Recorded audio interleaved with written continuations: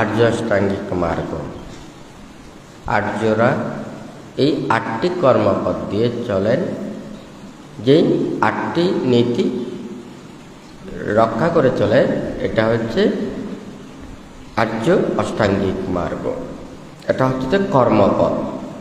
আর্যরা এই অষ্টপথ দিয়েই চলবেন। চতুরার্য সত্য, এটা হচ্ছে উপলব্ধি, এটা বাহ্যিক বিষয়। যখন সে এই লৌকিক জগৎ থেকে লোকোত্তর জগতের দিকে পদার্পণ করবেন, যেই সত্যকে প্রকৃতভাবে দর্শন করবেন, জানতে পারবেন, বুঝতে পারবেন, এটা হচ্ছে যে চতুরার্য সত্য। অর্থাৎ এটা হচ্ছে উপলব্ধির বিষয়।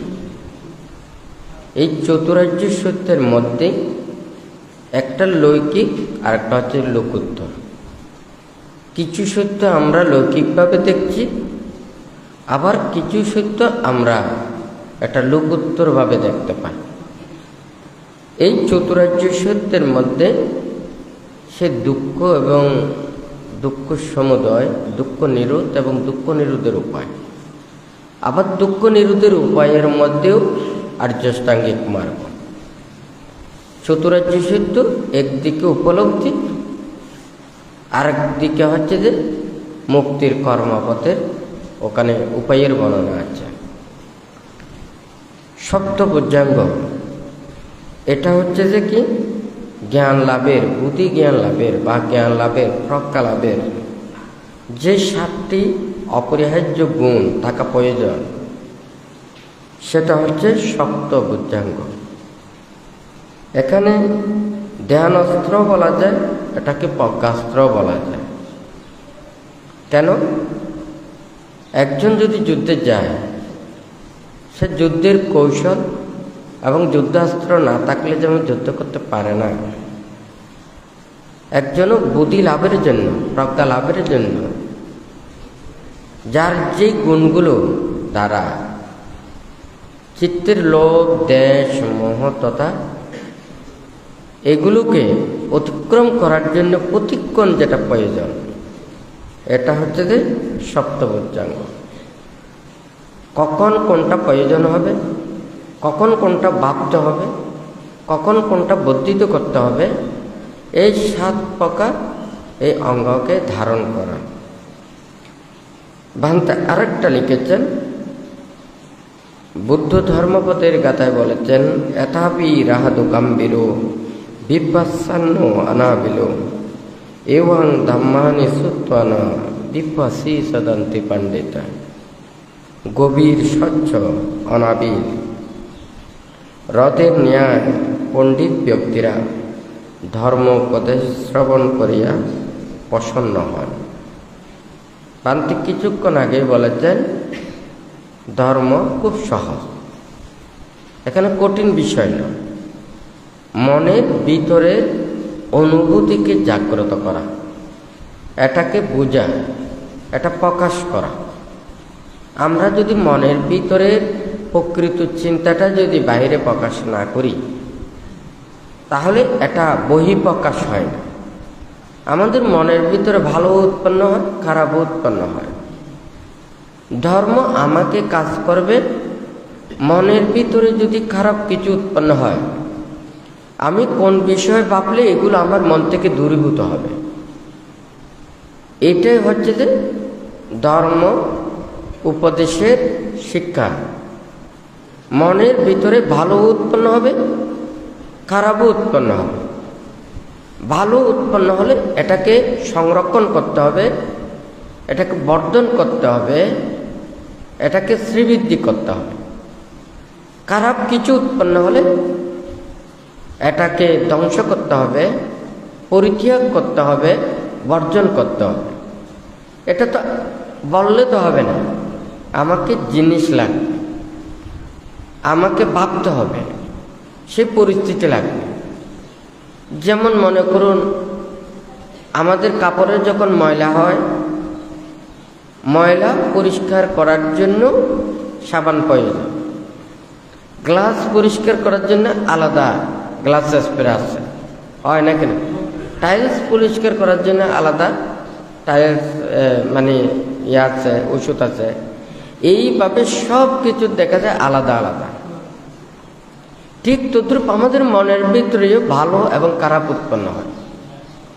ভালো অনেক কিছু উৎপন্ন হয়, আবার খারাপও অনেক কিছু উৎপন্ন হয়। লোভ, দেশ, মোহ, হিংসা, বিদ্বেষ তথা অবিদ্যের তৃষ্ণা সহ দশ সংযোজনের ক্লেশগুলো উৎপন্ন হয় না কেন? এখানে কিন্তু সবগুলোর ওষুধ এক না। মনে এটা উৎপন্ন হলে আমাকে এটা ভাবতে হবে, এইটা উৎপন্ন হলে এটা ভাবতে হবে। একটা গাড়ি যখন ওখানে রাস্তা দিয়ে যায়, কখনো ডাইনে যায়, কখনো বামে যায়, কখনো আস্তে চলায়, কখনো জোরে চলায়, কখনো থামায়, হয় না কেন? তখন রাস্তার পরিস্থিতি বুঝে যেমন ড্রাইভারকে এটা নিয়ন্ত্রণ করতে হয়, ঠিক তদ্রূপ মনেরও একটা গতিবিধিকে লক্ষ্য রেখে নিজেকে ভাবতে হবে। বুদ্ধ এখানে 40 প্রকার সমত ভাবনা দিয়েছেন।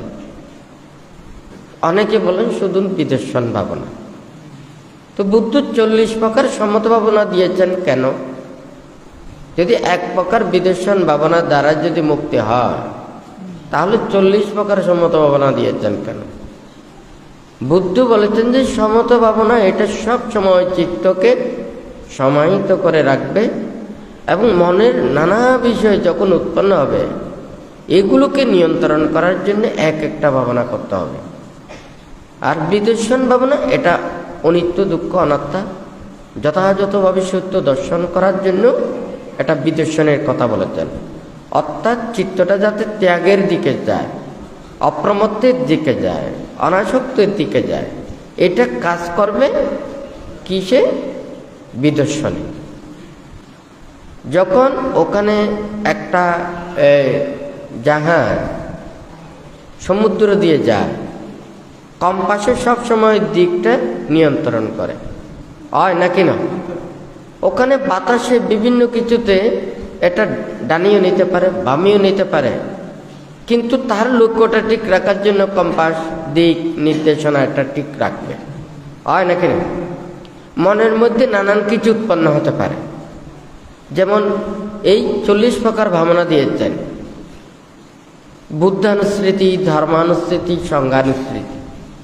আমার বুদ্ধের প্রতি শ্রদ্ধা নেই, ধর্মের প্রতি বিশ্বাস নেই, আমার সঙ্গের প্রতিও শ্রদ্ধা নেই। এখন আমার বুদ্ধের অভাব, ধর্মের অভাব, সঙ্গের অভাব। আমি তো বিদর্শন করলে কোনো কিছু আমার হবে না। আমাকে বুদ্ধানুস্মৃতি ভাবনা করতে হবে বুদ্ধের প্রতি শ্রদ্ধা বর্ধন করার জন্য। ধর্মানুস্মৃতি ভাবনা করা হচ্ছে ধর্মের প্রতি বিশ্বাস এটা জাগ্রত করার জন্য। সঙ্গের প্রতি শ্রদ্ধা উৎপন্ন করার জন্য আমাকে সঙ্গানুস্মৃতি করতে হবে, হয় নাকি না? আপনাদের অসুখ বিষয় করে কথা বললে তো খুব সহজ। যখন যে ভিটামিনের অভাবে যে রোগটা সৃষ্টি হয়, তখন এই মানে তখন ওই ভিটামিনটা খেতে হবে, হয় নাকি না? তাহলে যে ভিটামিনের অভাবে যেটা সৃষ্টি হয়, তাহলে ওই ভিটামিন পরিপূর্ণতা করতে হবে, হয় নাকি না? এখানেও মনের যেগুলো অবস্থা, সেগুলো হচ্ছে যে যখন আমার বুদ্ধের প্রতি অশ্রদ্ধা, তখন কিন্তু আমার বুদ্ধানুস্মৃতি ভাবনা করতে হবে। ধর্মের প্রতি অবিশ্বাস, তখন ধর্মানুস্মৃতি ভাবনা করতে হবে। সঙ্গের প্রতি অশ্রদ্ধা, আমার সঙ্গানুস্মৃতি ভাবনা করতে হবে।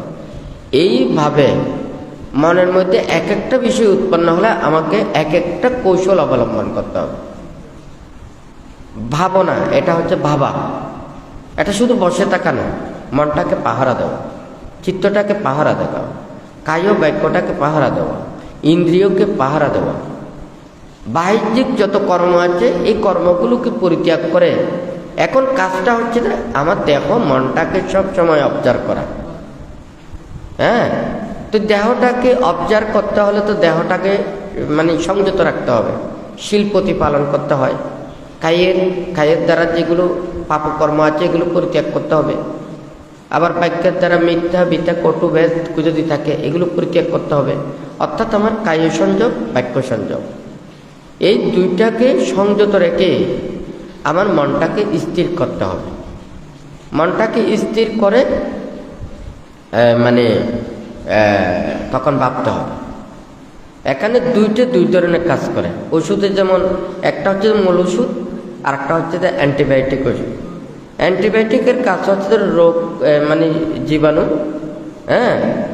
এটাকে কি করা, প্রতিরোধ করা, যাতে ওর রোগ প্রতিরোধ ক্ষমতা বাড়াবে।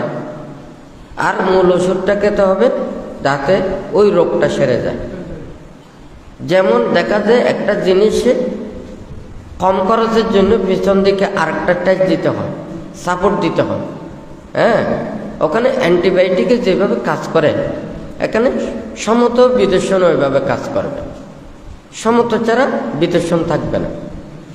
আবার সমত এবং বিদর্শন দুইটাই লাগবে। আমি গাছ যত্ন করলাম কিসের জন্য? ফল পাওয়ার জন্য।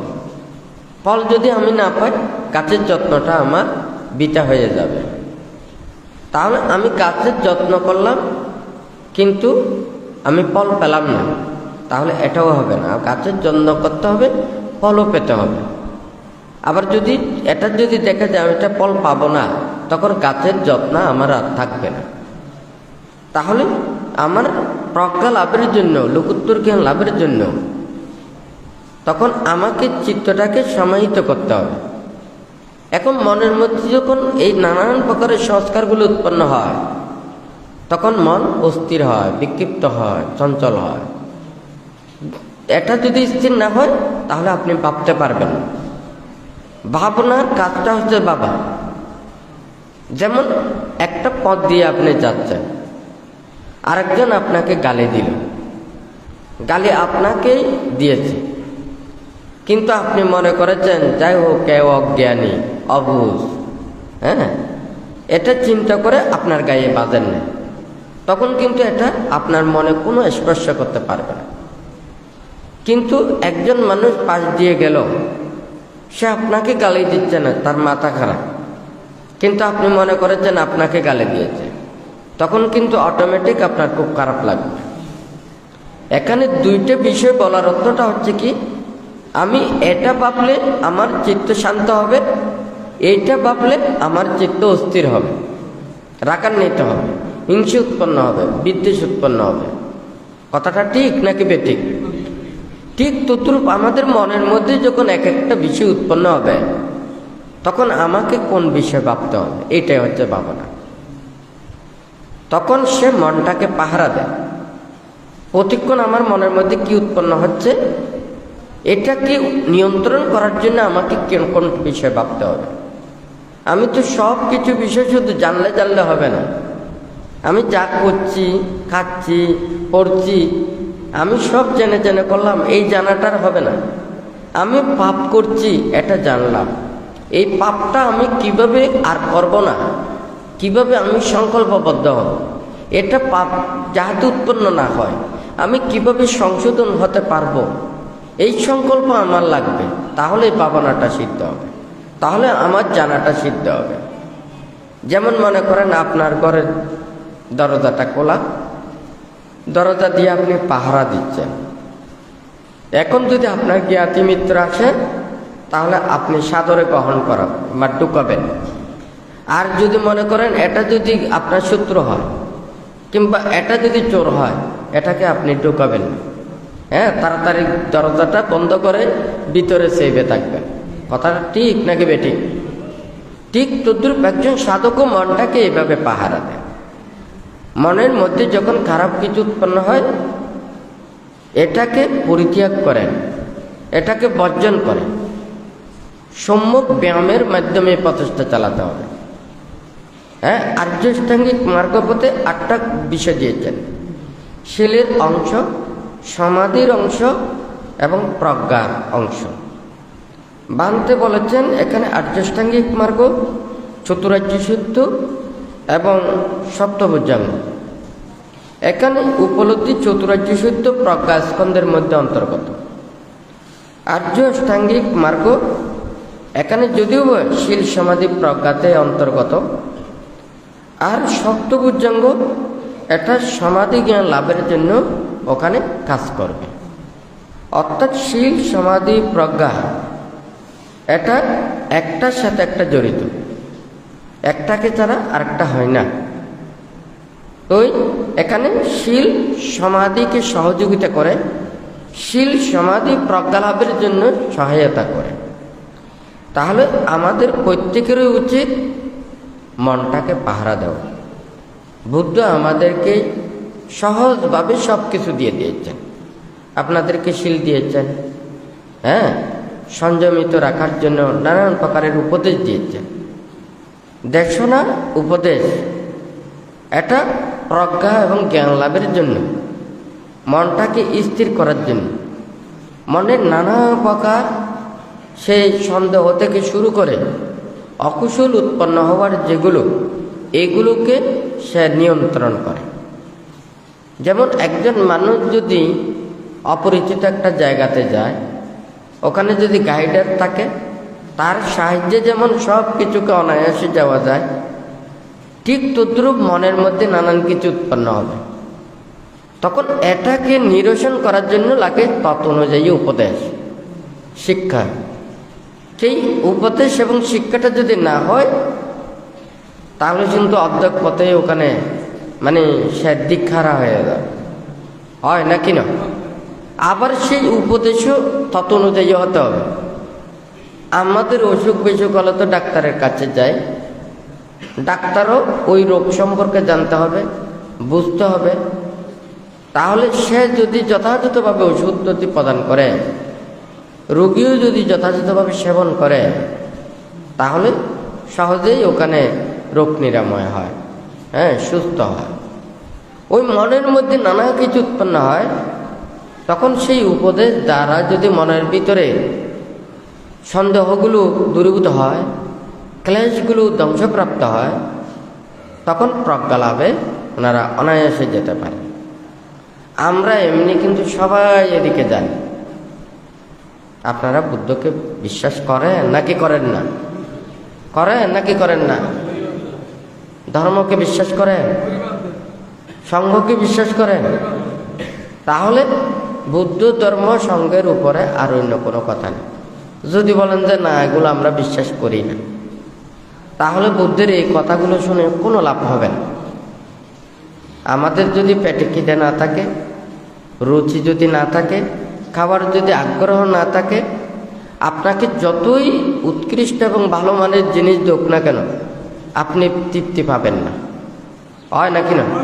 পেটে খিদে থাকলে, আগ্রহ রুচি এটা থাকলে, সামান্য কোনো কিছু দিলেও কিন্তু আপনার ভালো লাগবে, হয় নাকি না? রুচি আছে, খিদা আছে, অল্প করে খেলেও এটা ভালো লাগবে, একটু নিম্নমানের হলেও ভালো লাগবে। কিন্তু রুচি না থাকলে, পেটে খিদে না থাকলে, আগ্রহ না থাকলে, দামি দামি জিনিস দিলেও ওখানে আপনারা তৃপ্তি পাবেন না, হয় নাকি না? দেখুন, বুদ্ধ ধর্ম সংঘের প্রতি যদি শ্রদ্ধা ভক্তি বিশ্বাস না থাকে, তাহলে এই উপদেশ শোনা না শোনা এক সমান। কথাটা ঠিক নাকি বেঠিক? তাহলে আমরা সবাই বুদ্ধের পুত্র, বুদ্ধের শিষ্য, বুদ্ধের পূজারী। হ্যাঁ, আমরা ভিক্ষু শ্রামণদেরকে বুদ্ধপুত্র বল, আর আপনাদেরকে বুদ্ধের পূজারী। হ্যাঁ, একটা সংসারের মাতা পিতা রয়েছে, হয় নাকি না? মাতা পিতার সংসারটা যথাযথভাবে রক্ষা করে। আমরা বুদ্ধের পুত্র, বুদ্ধ বর্তমান নেই, বুদ্ধের পুত্ররা রয়েছে, বুদ্ধের ধর্মকে রক্ষা করেন, শাসনকে রক্ষা করেন, ধর্মকে শ্রীবৃদ্ধি করার জন্য চিন্তা করেন, দিকে দিকে প্রচার করার জন্য, মানুষের কাছে বিতরণ করার জন্য ওনারা অক্লান্ত পরিশ্রম করেন, হয় না কেন? আপনারা গৃহী, ওখানে যে পঞ্চশীল অষ্টশীল প্রতিপালন করে সংসার ধর্ম আচরণ করে, আপনারা ধর্মের কথাটা ভেবে ধর্মের পূজা করেন, ধর্ম আচরণ করেন, হয় নাকি না? কারণ আপনাদেরকে যদি আমাদের এই শীল সমাধি প্রজ্ঞার উচ্চতর শিক্ষাগুলো দিয়ে থাকেন, আপনারা পারবেন না। আপনাদেরকে যদি বলি সারাদিন শুধু দেহকে পাহারা দেন, মনটাকে পাহারা দেন, ঘরে বাড়ির এতগুলো কাজ কে করবে? সংসারের চিন্তা কে করবে? হয় নাকি না? আপনারা বলবেন যে তা আমরা এটা পারবো না, হয় নাকি না? সেই জন্য আপনাদেরকে দিয়েছেন পঞ্চশীল আর অষ্টশীল, তার সাথে বেশি দেয়, বসাতে দিলে সম্ভব নয়। আর যখন আপনারা চিন্তা করেন না আমরা তো সংসারের যখন জীবনের শেষ প্রান্তে, হ্যাঁ, তখন আমাদের কাজকর্ম শেষ, এখন আমরা ধ্যান ভাবনা করব, তখন ঘরে বাড়িতে যতটুকু পারেন ওনারা ধ্যান ভাবনা করতে পারেন, ঠিক আছে? কিন্তু এতগুলো ত্যাগ অনুশীলন করা সম্ভব নয়। হ্যাঁ, তুই যে যতটুকু পারে ততটুকু পর্যন্ত ওনাদেরকে শিক্ষা দিতে পারে, কিন্তু এই নির্বাণ এবং মুক্তি লাভের জন্য অনেক ত্যাগ প্রয়োজন। হ্যাঁ, যেই ত্যাগটা, এটা ত্যাগ করতে করতে যখন আর ত্যাগের কোনো কিছু থাকবে না, তখন হচ্ছে যে নির্বাণ। কিন্তু যখন বার্ধক্য হয়ে যায়, বিদ্যা হয়ে যায়, তখন ওনারা এতটুকু পারেন না। এখন ওনারা বলেন যে আমাদের 24 ঘন্টা খেতে খেতে অভ্যস্ত, এখন আমাদের মুখে কোনো কিছু না দিলে তো ওখানে থাকতে পারি না। এখন সারা বছর ওষুধ খেতে খেতে ওখানে সকালে একটা খেতে হয়, দুপুরে একটা খেতে হয়, হ্যাঁ, রাত্রের একটা খেতে হয়, আরো কতটা ওষুধ খেতে হয় ঠিক নেই। ডাক্তারও বলে যে ওষুধ এখানে কালি পেটে খাওয়া যাবে না, এখন দিনে রাতে এইভাবে খেতে হবে, হয় নাকি না? তাহলে তো ত্যাগ করতে বললে তো এটা সম্ভব নয়। হ্যাঁ, তাহলে যার কারণে ওখানে যে যতটুকু পারে মনটাকে নিয়ন্ত্রণ করা এবং নিজেকে রক্ষা করা। এখানে তো বুদ্ধ সহজভাবে বলেছেন 10 সংযোজন, সবাই জানে, হয় নাকি না? আপনি শীল পরিপূর্ণ করেন, সমাধি পরিপূর্ণ করেন, প্রজ্ঞা পরিপূর্ণ করেন, মন থেকে পাপগুলো সব ফেলে দেন। হ্যাঁ, বুদ্ধির সময় ওনারা সহজে জ্ঞান লাভ করতেন। কেন? বুদ্ধির প্রতি শ্রদ্ধা, ভক্তি, বিশ্বাস, ওনারা বুদ্ধির নীতি কর্মপথ অক্ষর অক্ষরে প্রতিপালন করতেন। কিন্তু আজকাল আমরা যদি বলি, আমরা কিন্তু সেই অক্ষর অক্ষরে প্রতিপালন করতে পারি না, আমরা এগুলো বিশ্বাস করতে পারি না, যার কারণে যথাযথভাবে আচরণ না করার কারণে আমাদের এই প্রতিকূলতার সৃষ্টি হয়। আর বুদ্ধির সময় ওনারা যথাযথভাবে আচরণ করে, ওনারা শীল সমাধি প্রজ্ঞা পরিপূর্ণতা অর্জন করে সহজেই জ্ঞান লাভ করতে পারতেন, হয় নাকি না? তাহলে আমাদের মন থেকে পাপগুলোকে দূরীভূত করি, সন্দেহগুলোকে পরিত্যাগ করি, আমরা সঠিকভাবে সবাই ধর্ম আচরণ করি, তাহলে ধর্ম আমাদেরকে রক্ষা করবে। ধম্ম হবে রক্ষাতি ধম্মচারী, ধর্ম আচরণকারীকে রক্ষা করে। আমরা কারো কাছ থেকে কোনো কফিয়ত চাইব না, কারো কাছে কোনো বিচার চাইব না, কেউ কাউকে হিংসা করবে না। আমাকে গালি দিতে পারে, কিন্তু আমরা গালি দিতে পারবো না। অন্য কেউ আমাকে আঘাত করতে পারবে, কিন্তু আমরা কাউকে আঘাত দিতে পারবো না। হ্যাঁ, নিজেকে ক্ষমা, মৈত্রী, ত্যাগ, অহিংসা, ধৈর্য, সন্তুষ্টি এগুলোকে বর্ধন করতে হবে, এগুলো দিয়েই আমাকে কাটতে হবে। কিন্তু আমরা প্রতিরোধ করতে পারবো না। যদি আমরা এটাকে প্রতিরোধ করি, তখন কিন্তু এখানে আরেকটা সৃষ্টি হবে, নিজেকে রক্ষা করতে হবে। নিজেকে রক্ষা করার জন্য বুদ্ধ উপদেশ দিয়েছে। হ্যাঁ, যেমন বুদ্ধির সময় দেখা যায় আমাদেরকে যা কিছু শীল বিনয় দিয়েছেন, আমরা একটা গাছের ঘাস পর্যন্ত চিরতে পারবো না, কাউকে আঘাত দিতে পারবো না, মুখে দিয়ে কাউকে কোনো বড় কথা বলতে পারবো না, হ্যাঁ, কোনো প্রাণীর প্রতি হিংসা করতে পারবো না, খারাপ চিন্তা করতে পারবো না। তাহলে বুদ্ধ এই উপদেশগুলো কেন দিয়েছেন? নিজের মনটাকে সংযমিত করার জন্য, রক্ষা করার জন্য। যখন গায়ের মধ্যে যখন লোভ, দেশ, মোহ, হিংসা, বিদ্বেষ উৎপন্ন হয়, তখন কি শরীরকে ঠান্ডা থাকে? এটা তো গরম হয়ে যায়, উত্তপ্ত হয়ে যায়। হ্যাঁ, তখন এই শিরা উপশিরা সব কিছুটা শক্ত হয়ে যায়। কথাটা ঠিক নাকি বেটি? আর যদি মনটা যদি দমিত হয়, নির্বাণ এবং মুক্তি লাভের জন্য যারা যত বেশি ওখানে অগ্রসর হবেন, ওনারা ধীর স্থির শান্ত হবেন। এখানে কোনো প্রতিদ্বন্দ্বিতা নেই। যে যত বেশি নির্বাণের দিকে যাবে তত বেশি শান্ত হবে।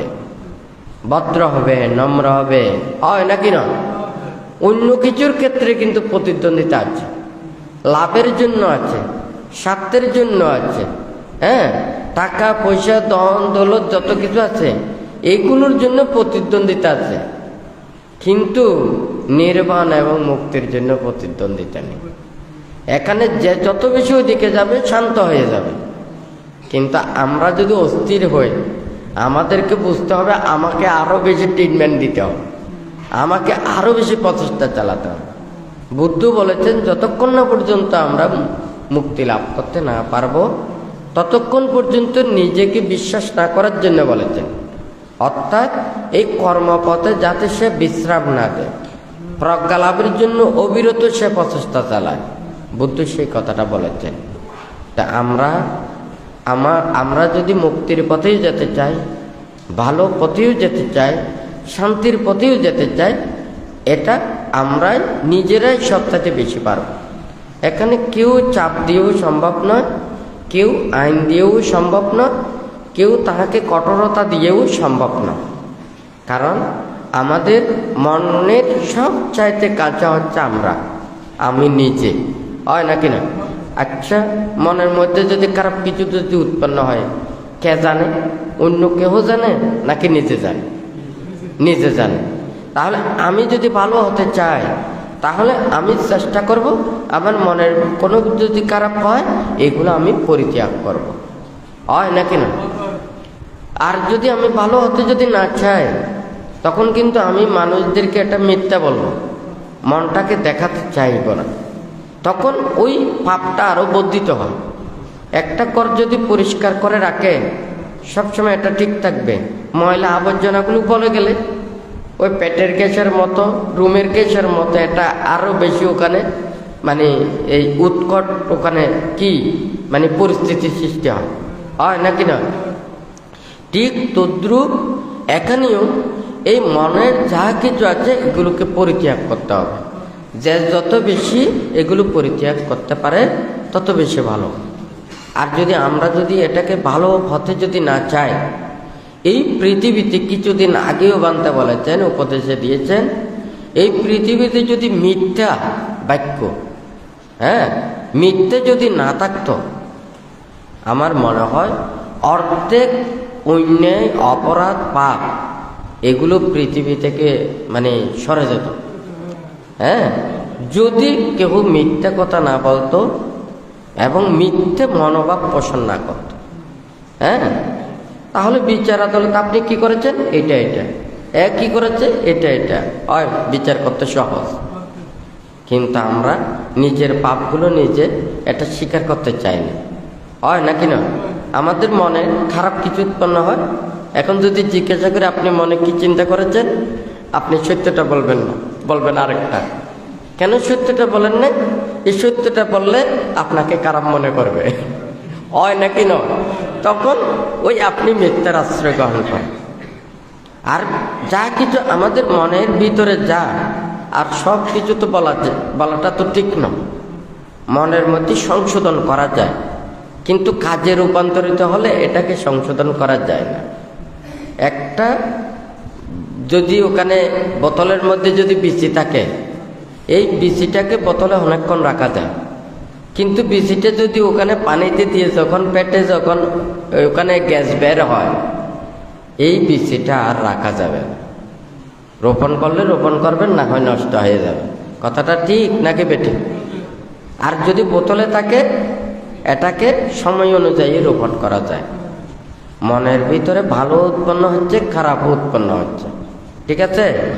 তাহলে ভালো কিছুকে বর্জন করা আর খারাপ কিছুকে পরিত্যাগ করা। আমরা পারলে খারাপগুলোকে পরিত্যাগ করব, কিন্তু আমরা এটা যদি প্রকাশ করতে যাই একজনের কারণে আরেকজনের সংক্রমিত হয়, সংস্কার উৎপন্ন হয়। কথাটা ঠিক নাকি বেঠিক? আরেকজনের মনের মধ্যে এটা উৎপন্ন নাও হতে পারে, কিন্তু আপনি প্রকাশ করতে গিয়ে এটা কিন্তু বিরূপ প্রতিক্রিয়া সৃষ্টি হয়। হয় পরিত্যাগ করেন, না হয় এটাকে সংশোধন করেন, হয় নাকি না? আর যদি সেটা ভালো হয় তাহলে এটাকে বর্জন করেন, প্রচেষ্টা চালান। ভালোটা কোনো দিকে খারাপ হয় না, কিন্তু খারাপটা উল্টা পাল্টা হলে বিরাট আকার ধারণ করে। তাহলে বুদ্ধ এখানে এই ধ্যান এবং প্রজ্ঞার কর্মটা বলেছেন সবসময় মনটাকে পাহারা দেওয়া। তো বুদ্ধির সময় ধর্ম শ্রবণ করতে করতে ওনারা প্রজ্ঞা লাভ করতেন, কিন্তু এখন দেখা যায় সে শীল সমাধি প্রজ্ঞার ক্ষেত্রে খুবই দুর্বল। কারণ আমরা যথাযথভাবে সেই শ্রদ্ধাটাকে রক্ষা করতে পারি না। আজকাল তো আরো এই যতই এই প্রযুক্তি বৃদ্ধি পাচ্ছে তত বেশি নিজেদের সেই শ্রদ্ধা ভক্তি বিশ্বাস এটা দুর্বল হয়ে যাচ্ছে। কি আমরা নিজেরাই মনে করতেছি আমরা অনেক জ্ঞানী, আমরা অনেক জানি, আমরা এখন পণ্ডিত হয় নাকি না? কিন্তু বুদ্ধ যে ২৫০০ বছর পূর্বে বুদ্ধিজ্ঞান লাভের জন্য এই যে চতুরার্য সত্য আর্যাষ্টাঙ্গিক মার্গ সহ ৩৭ প্রকার বোধিপক্ষীয় ধর্ম এগুলো দেশনা দিয়েছেন। এটা সব মনের ধর্ম, এটা বাহ্যিক কোনো কিছু নয়, এটা আলাদা একটা চ্যানেল। এটা একটা জগৎ আর লৌকিক আর একটা জগৎ। আপনি যদি এগুলোকে লৌকিক জগতের সাথে যদি চিন্তা করেন এখানে কোনো কিছুর মিল পাবেন না। চোখ মেললে অনেক রূপ রং বৈচিত্র্য দেখা যায়, আর যখন চোখ বন্ধ করে সব কিছু অন্ধকার হয় নাকি না? অন্ধকার, আবার অন্ধকারে ভয় উৎপন্ন হয়। আবার যখন চোখ মেলি তখন কিন্তু আমাদের জ্ঞানটা অনেক ধরনের, সবার এক নয়। একটা ফুল ফুটে, সেই ফুলকে নিয়ে সবাই একই চিন্তা করে না। কেহ এই ফুলটাকে দিয়ে অভিনন্দন করে, কেহ এই ফুলটাকে দিয়ে কবিতা লিখে, কেহ গল্প লেখে, উপন্যাস লেখে, কে প্রিয়জনকে অভিনন্দন জানায় হয় নাকি না? কেউ বলেছে যে এটা খুব খাবার জিনিস, এটা খুব দর্শনের জিনিস। দেখুন জিনিসটাই, কিন্তু চিন্তার চেতনাটা অনেক ভিন্ন। লৌকিকেও এখানে সব কিছু সবাই দেখতেছে, কিন্তু সবার চিন্তা চেতনা এক নয়। লোকোত্তরের চিন্তাটা সব কিছু এক, এখানে ভিন্নতা নেই। আর লৌকিকের চিন্তা ভিন্নতা আছে, সেই জন্য সবাই দেখতেছে কিন্তু চিন্তা এক নয়। বুদ্ধেরও চোখ আছেন, আপনাদেরও চোখ আছে। বুদ্ধ যাহা কিছু চিন্তা করছেন এই লৌকিক জগৎকে দেখছেন, লোকোত্তর জগৎকে দেখছেন। এটা লৌকিক মানুষেরা এটা বুঝতে পারে না। সেই জন্য বুদ্ধ বলেছেন যে আকাশের মধ্যে যেমন একটা পাখি চলে গেলে সেই পাখিটার যেমন চিহ্ন থাকে না, ঠিক তদ্রূপ বুদ্ধও যা কিছু চিন্তা করে ভাবে লৌকিক জগতে বিচরণকারী কোনো মানুষ এটাকে কল্পনা করতে পারে না। তাহলে এই বুদ্ধির ধর্মটা গভীর, স্বচ্ছ, অনাবিল হ্রদের নেয়া পণ্ডিত জ্ঞানী ব্যক্তিরাই একমাত্র এটা প্রসন্ন লাভ করেন, আনন্দিত হন হয় নাকি না? তাহলে যারা এইগুলো চিন্তা করবেন না, পরলোক, আধ্যাত্মিক, লোকোত্তর এবং মুক্তি, নির্বাণ, এইগুলো নিয়ে যখন যারা চিন্তা করবেন, এগুলো নিয়ে ভাববেন, তখন এই বুদ্ধির উপদেশগুলো কাজে লাগবে। আর যদি মনে করেন না আবার টাকা পয়সা, দম দৌলত, সংসারের নানা কিছু ভোগ বিলাস, এগুলোর জন্য চিন্তা, এগুলোর জন্য এখানে কোনো কিছু নেই। আমাদের অসুখ বিসুখ হলে তখন আমাদের ওষুধ খেতে হয়। ফার্মেসিতে ডাক্তারে কিন্তু ওখানে ফার্মেসিতে অনেক ওষুধ রেখে দেয়। ডাক্তার সব রোগীরাও সব ওষুধ এগুলো খায় না, যখন যেটা প্রয়োজন হয় তখন এটা খেতে হয়। তো এখানেও ঠিক তদ্রূপেও ওই ওষুধগুলো যেমন ওখানে থাকলেও তার যেমন খেতে হবে, যে যখন যেটা প্রয়োজন তখন সেটা খেতে হবে। বুদ্ধ এই যে ধর্মগুলোকে বলেছেন যারা পণ্ডিত, জ্ঞানী, গুণী, যারা এই পরলোক এবং নির্বাণ মুক্তি সম্পর্কে চিন্তা করেন, তাদের জন্যই এই বুদ্ধির ধর্মটা খুব সহজ হয়। আর যদি এখানে সংসারের জন্য এগুলো চিন্তা করেন, আমার টাকা পয়সা, ধন দৌলত এগুলোর জন্য, তাহলে আমাকে কাজকর্ম করতে হবে, পরিশ্রম করতে হবে, বিভিন্ন বিদ্যা শিক্ষা অর্জন করতে হবে, এগুলোকে সংরক্ষণ করতে হবে, এগুলোকে সংরক্ষণ করার পদ্ধতিগুলো জানতে হবে, বিশ্বস্ত মানুষ থাকতে হবে, সুন্দরভাবে এগুলো রাখতে হবে। কথাটা ঠিক নাকি বেটি? তাহলে এটা হচ্ছে যে জীবন চলার কর্মপথে আমার যে জিনিসগুলো প্রয়োজন এগুলোকে রক্ষা করার বিদ্যা, রক্ষা করার কৌশল। আর বুদ্ধ এই উপদেশগুলো যেগুলো দিয়েছেন, এই উপদেশগুলো হচ্ছে মনটাকে উনি কীভাবে রক্ষা করবেন।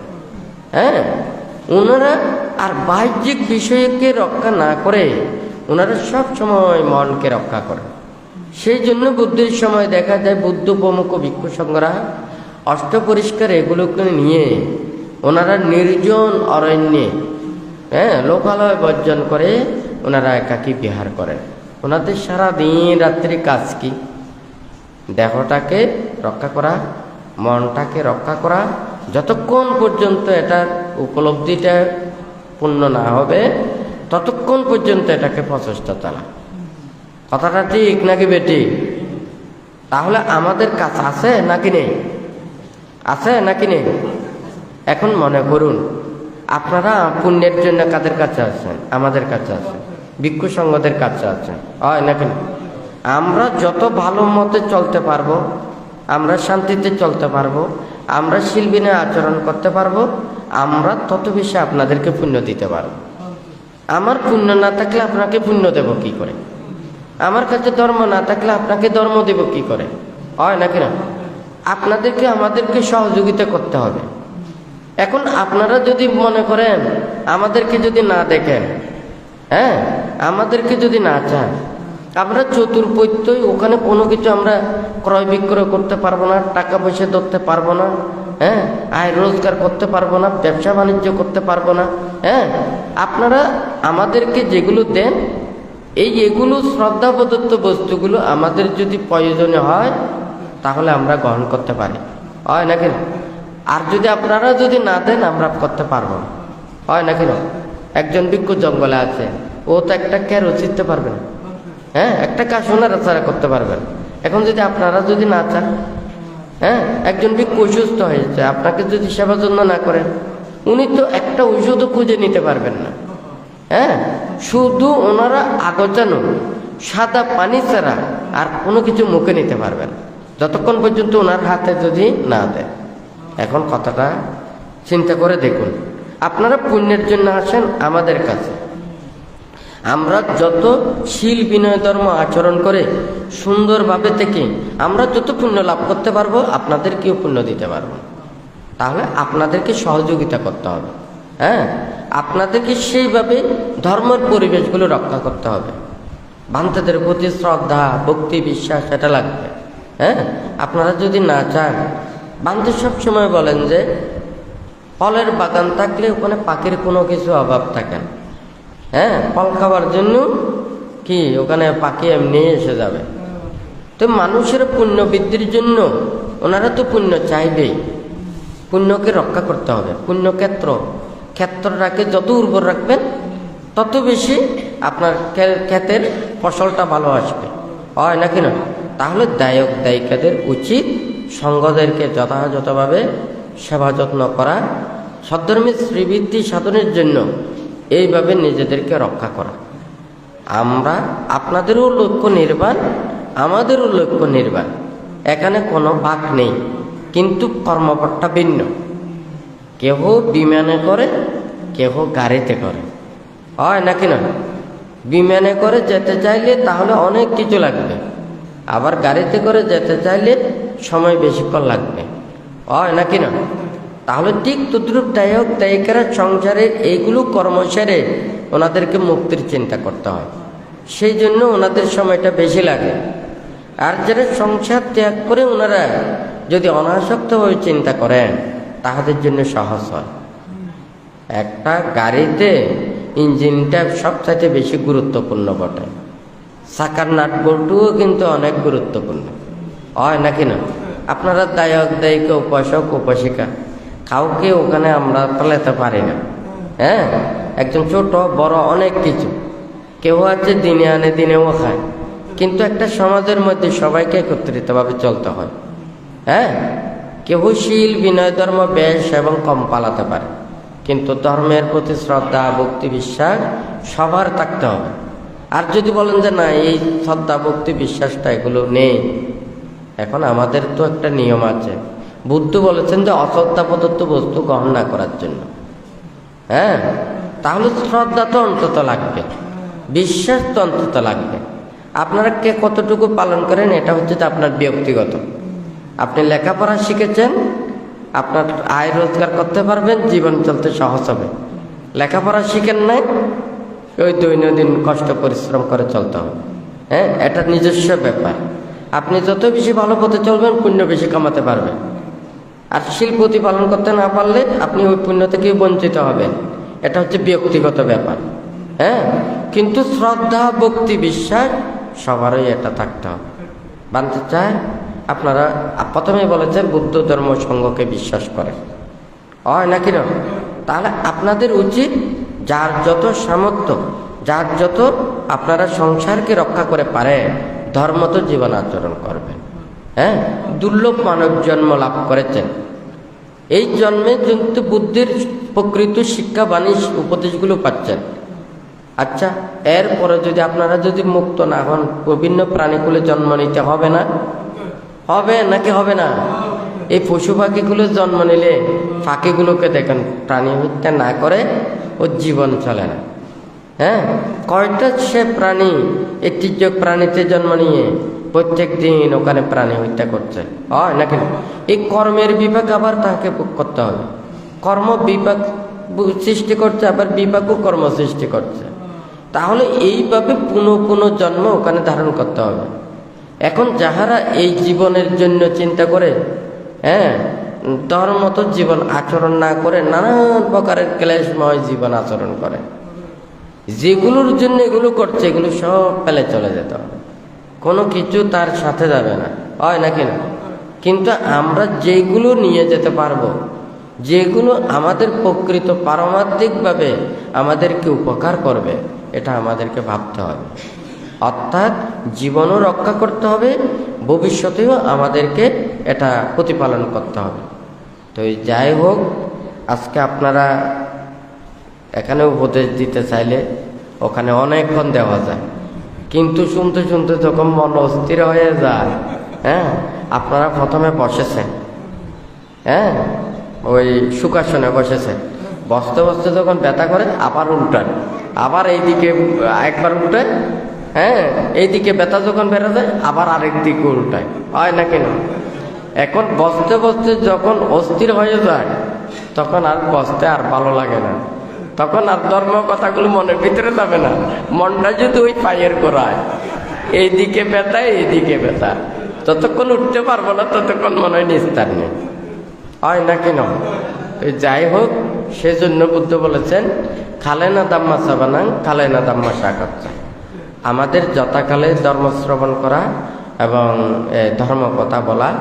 আপনারা যে অনেক দিন পরিকল্পনা করে আপনারা গ্রামবাসী তথা আপনাদের বিহার অধ্যক্ষ পূজনীয় বান্তেকে নিয়ে যে আপনারা এখানে এসে এখানে আপনারা যে আয়োজন করেছেন, তা আপনাদের সেই যাহাতে পুণ্য চেতনা বৃদ্ধিপ্রাপ্ত হয়ে আপনারা যাতে ধর্মত জীবন আচরণ করে দুর্লভ মানব জীবনে আপনারা যাতে শীল সমাধি প্রজ্ঞার কর্মপথে অগ্রসর হয়ে যতদিন পর্যন্ত নির্বাণ সাক্ষাৎ করতে না পারেন, ততদিন পর্যন্ত যাতে কল্যাণ মিত্রদের সান্নিধ্যে থেকে আপনারা সৎ মাথা পিতা লাভ করে যাহাতে অচিরেই নির্বাণ সাক্ষাৎ করতে পারেন, সেই রূপে আপনাদের মনের মধ্যে চিন্তা রেখে এবং বান থেকে পূজনীয় বান থেকে বন্দনা জানিয়ে আপনাদের প্রতিও আশীর্বাদ জানিয়ে বান্তের এই উপদেশ এখানে পরিসমাপ্ত করছি।